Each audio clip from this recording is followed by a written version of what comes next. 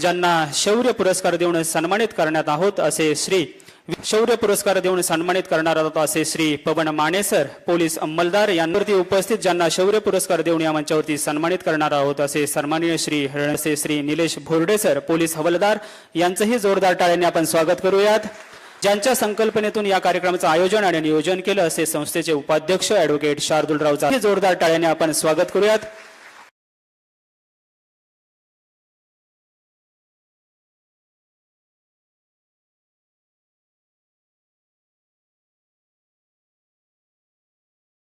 Sir मी मराठवाड्यातून येतो।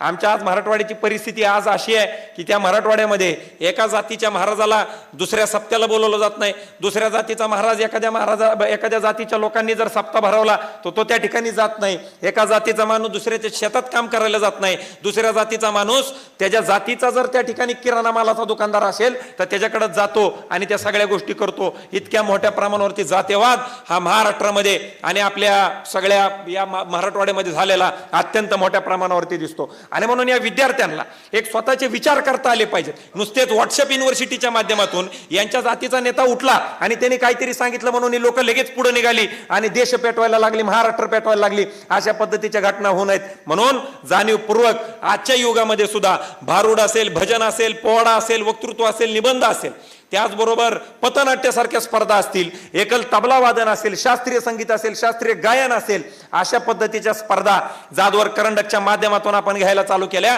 ज्या स्पर्धेमध्ये 21 सोबत घेऊन चालतो आणि तुम्ही त्या कामाला एप्रिशिएट करताय म्हणून आम्हाला अजून ऊर्जा मिळते की अजून समाजाप्रती जेवढं करता येईल ते करत आहोत। आणि जसं आर्मी फ्रंट ऑफ वॉरियर बोलतात की जे देशाच्या बॉर्डरवरती समोरच्या शत्रूचा हे करतात, प्रतिकार करतात की त्यांना आपल्या देशात घुसण्यापासून किंवा आपल्या ज्या अंतर्गत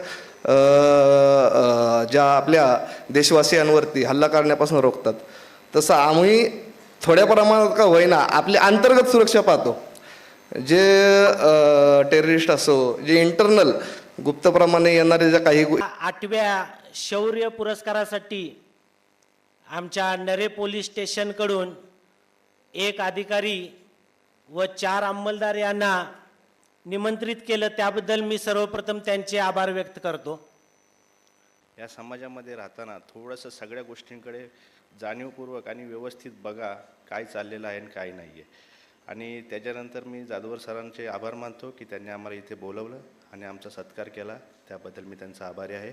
एवढे बोलून 2 शब्द संपवतो। जय हिंद, जय महाराष्ट्र। त्यांचं मी सर्वप्रथम आभार मानतो आणि माझे 2 शब्द संपवतो। याच्यामध्ये जी वास्तव परिस्थिती आहे त्याच्यामधले जे हिरो आहेत ते खरे हिरो हे आहेत की यांनी खऱ्या अर्थानं तिथं जाऊन बॉर्डरवरती कामं केलेली आहेत आणि आपल्या देशाच्या संरक्षणासाठी, देशाच्या लोकांना सुरक्षित ठेवण्यासाठी काम केलेलं आहे। हे अत्यंत महत्त्वाचं आहे। उरी पिक्चर तुम्ही पाहिला तरी अंगावरती काटा येतो की कशा पद्धतीनं जवान आतमध्ये घुसले आणि जर तुम्हाला त्या पिक्चरमध्ये ओरिजिनल इन्सिडन्स मिलिटरीमध्ये घडलेला तो जर माणूस तुमच्या समोर असेल तर काय होईल लक्षात ठेवा। आणि म्हणून अशा प्रकारचे ज्येष्ठ श्रेष्ठ आर्मीमधले ऑफिसर दरवर्षी या शौर्य पुरस्काराला आपण या ठिकाणी बोलावतो। तुम्हालाही दिसलं पाहिजे, कळलं पाहिजे, समजलं पाहिजे की समोर की ह्या लोकांनी कशा पद्धतीनं तिथं काम केलं असेल, कशा पद्धतीनं ही लोक पुढे गेलेली असतील आणि किती वेळा यांना आपण मरत आहोत, आता आपण वाचत नाही, आपलं आता काही खरं नाही, कर चले हम विदा साथियो अब तुम्हारे हवाले वतन साथियो, हे पिक्चर जुन्या काळातले बघा तुम्ही। लता मंगेशकरचं गाणं हे 62च्या युद्धानंतर 61चं 62चं जे युद्ध झालं आपलं 62 आणि 65 चीन बरोबर, त्यावेळेला पंडित नेहरूच्या डोळ्यात सुद्धा पाणी आलेलं होतं। म्हणजे अशा प्रकारची जी गाणी आहेत ती आपण आपल्या मुलांपर्यंत पोहोचवली पाहिजेत।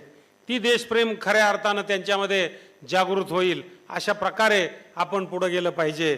आणि आपण साने गुरुजी बल सागर भारत हो विश्वात शोभोनी राहो करी कंकन करी बांधिले जनसेवे जीवन दिले राष्ट्रार्थ प्राण हे उरले असं म्हणणारी पिढी तयार झाली पाहिजे। असं म्हणणारे युवक तयार झाले पाहिजेत. करून विद्यार्थ्यांना त्याचं एक्सपोजर देऊन त्यांना आयुष्यात पुढे जाण्यासाठी मनुष्य म्हणून घडवणे हे फार मोठं कार्य आहे. स्वातंत्र्यानंतरच्या 80 वर्षामध्ये दुर्दैवाने आपल्याकडे फार संस्थांनी राष्ट्रीयत्व आपल्याला शिकवण्यात फार माघार राहिली. परंतु जाधवर संस्था ही गेली 12 वर्ष हे कार्य करीत आहे आणि यातूनच पुढे भावी भारताचे सक्षम नागरिक तयार होणार आहेत आणि त्यांना जे संस्कार इथे दिले जात आहेत त्यामुळे तुम्हाला पुढच्या आयुष्यामध्ये देणारी ही शिदोरी ही शिक्षण संस्था तुम्हाला देत आहे. त्या उपक्रमापैकीच हा एक उपक्रम शौर्य पुरस्कार. वास्तविक पोलीस हे समाजाचे एक आवश्यक घटक आहेत, परंतु त्यांच्याकडे फारसं लक्ष दिलं जात नाही. आपल्याला त्यांची आठवण केव्हा येते? ज्या वेळेला काही गुन्हे घडतात त्याच वेळेला आठवण येते, एरवी आठवण येत नाही. परंतु ते समाजात राहून कायदा आणि सुव्यवस्था पालन करून नागरिकांचं जे संरक्षण करतात ते अतिशय अप्रतिम कार्य आहे. तर हे असे शांत किंवा ज्याला सायलेंट वॉरियर्स म्हणतात तसे आपले हे सायलेंट वॉरियर्स आहेत आणि या शिक्षण संस्थेने त्यांना शौर्य पुरस्कार देऊन सगळ्या विद्यार्थ्यांच्या समोर एक फार मोठा आदर्श ठेवलेला आहे. आणि हे असं आदर्श काळ आपल्या समाजामध्ये होणं आवश्यक आहे, कारण त्याशिवाय एकतर त्यांना मोटिवेशन किंवा प्रेरणा कुठून मिळणार आणि त्याचबरोबर विद्यार्थ्यांनाही प्रेरणा मिळाली पाहिजे, हे त्याच्या पाठीमागचे उद्देश आहेत.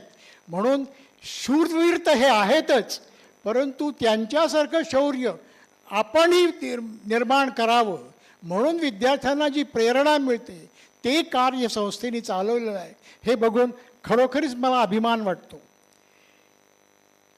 आणि ही संस्था असं कार्य आणि असे उपक्रम सतत करत राहो आणि तुम्हा विद्यार्थ्यांना तुमच्या पुढच्या आयुष्यामध्ये चांगले नागरिक बनवण्याची ही जी संस्थेची धडपड आहे त्याला तुम्ही निश्चितच मान देऊन उत्तम नागरिक म्हणून समाजामध्ये कार्य कराल अशी अपेक्षा करून तुम्हालासुद्धा सगळ्यांना मी शुभेच्छा देतो. उरी सर्जिकल स्ट्राईकला जायच्या आधी आजकाल जे युवा पिढी आहे जे प्रदर्शन करते आहे, प्रत्येकाला प्रदर्शन करायचा हक्क आहे आणि तो सगळ्यांनी बजावलाच पाहिजे.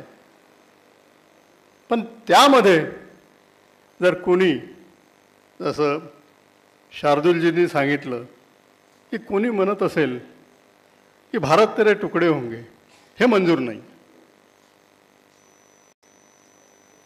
आपल्या स्वातंत्र्यानंतर आपल्या वर्दीतल्या लोकांनी 47 पासून ते आजपर्यंत 78,000 लोकांनी आपले जीव गमावले आणि ते जीव तुकडे करण्यासाठी गमावलेले नाही. हे भारत अखंड ठेवायसाठी आपला जीव गमावलेला आहे.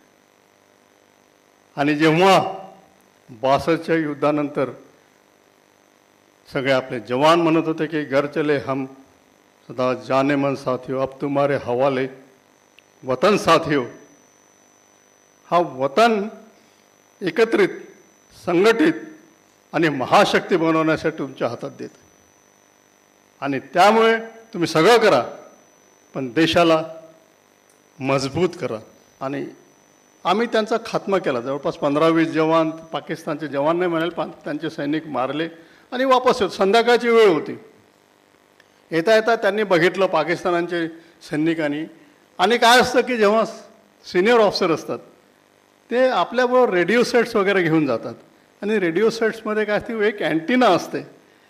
ते त्यांना वाटलं की काहीतरी इथे इम्पॉर्टंट माणूस आहे आणि तिथे आमच्यावर जबरदस्त फायरिंग केली. आम्ही एकदम लाईन ऑफ कंट्रोलच्या नाल्यावर होतो आणि एवढी फायरिंग झाली की तुम्हाला जेव्हा बॉम्ब आपल्या जवळ पडतो ना तर जे दिवाळीत तुम्ही एक लक्ष्मी बॉम्ब वगैरे पाहिले असेल त्याच्या कमीत कमी 1000 पट आवाज होतो आणि कानठळ्या बसणार काही समजत नाही काय आणि असे खूप सारे बॉम्ब पडले त्यामुळे काहीच आम्ही दगडाच्या मागे जेवढी जागा सापडेल तिथे लपलो होतो आणि शेवटी काय झालं की एकदम मी पाहिलं की एकदम रक्ताचा फवारा उडला आहे.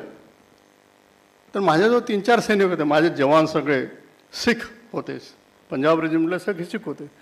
तर त्यांना म्हटलं मेरे देखो यहाँ पे किसी को गोली लगी है, इतना खून बह रहा है, तर सगळं चेक करो अपने आप. तर सगळ्यांनी चेक केलं, नाही साहब हम सीट ठीक आहे. मग मी खाली पाहिलं तर माझ्या छातीत लागली होती आणि तिथून रक्ताचा फवारा उडत होता. म्हटलं आता आपण काही 10-15 मिनिटाच्या वरती आपण काही जगू शकत नाही. मी त्यांना म्हटलं आता तुम्ही जा आणि मला इथे सोडून द्या आणि तुम्ही आपला जीव वाचवा. पण सैन्यात असं होत नाही आणि अधिकाऱ्याला तर कधी सोडत नाही. त्यांनी मला खांद्यावर घेतलं, त्यांच्या पगड्या बांधून माझ्या छातीला लावले, पगड्यांवर रक्त लागलं होतं आणि ते घेऊन गेले. त्या फायरिंगच्या दरम्यान पण मला सेफ जागी आणलं आणि तेव्हा मला थोडं आठवत होतं. शेवटी म्हटलं आता आपले 5-10 मिनटं राहिले. तेव्हा डॉक्टर आला, माझा जो डॉक्टर असतो आमच्याकडे, त्याला म्हटलं डॉक्टरला म्हटलं डॉक्टर मेरे पास कितना समय है. तो म्हणे सर ऐसे क्यों बात करे, कुछ नहीं होगा. म्हटलं नहीं, इतना नॉलेज तो मुझे भी है कि अगर सब खून निकल जाएगा तो जिंदा कैसे रहूँगा. आणि मग म्हटलं मी तुला याच्यासाठी सांगतो की तेव्हा माझ्या लहान 2 मुली होत्या आणि माझी पत्नी दिल्लीला राहत होती तिथे त्यांना घेऊन. म्हटलं आम्हाला तेवढा पे वगैरे जास्त नसायचं. 1999 काहीतरी मी 10,000 रुपये वाचवले होते आणि ते FD मध्ये ठेवले. म्हटलं तिला सांग की तुझ्या नवऱ्याने काहीतरी 10,000 रुपये तरी वाचवले आणि इथे ते ठेवले. आणि त्याच्यानंतर मग माझे शुद्ध हरपले आणि तेव्हा असं वाटलं आपण की ठीक आहे आता जात आहे, पण हे कधी ना कधी होणारच होतं. पण त्यांनी मला इव्हॅक्युएट केलं, हॉस्पिटलमध्ये आणलं, मग दिल्लीला आणलं आणि अचानक वाचलं आणि ते माझं पूर्ण काय म्हणतात फुफ्फुस काढून आता सध्या एका फुफ्फुसावर आहे मी. पण तेव्हा असं मला वाटलं, आपल्या मराठीत एक म्हण असते ना, पराधीन आहे जगती पुत्र मानवाचा. म्हणजे आपल्या हातात काहीच नसतं, जे काय असतं ते परमेश्वराचा हात. आणि हे उदाहरण सांगायचं याचा मुख्य हेतू असा की जे काही आपण आपल्या देशासाठी करत आहे ते सोडू नका. आणि जे पहिले म्हटलं, आपल्या देशाला अखंड ठेवा आणि महाशक्ती बनवा. घरच्या आर्थिक संकटांवर मात करत आपलं शिक्षण घेत असताना प्राचार्य डॉक्टर सुधाकरराव उद्धवराव जाधवर सरांनी अनेक शैक्षणिक संस्था उभ्या केल्या. उत्तम वक्ता, लेखक, सावित्रीबाई फुले पुणे विद्यापीठात अधिष्ठाता, यशस्वी उद्योजक, जाधवर ग्रुप ऑफ इन्स्टिट्यूट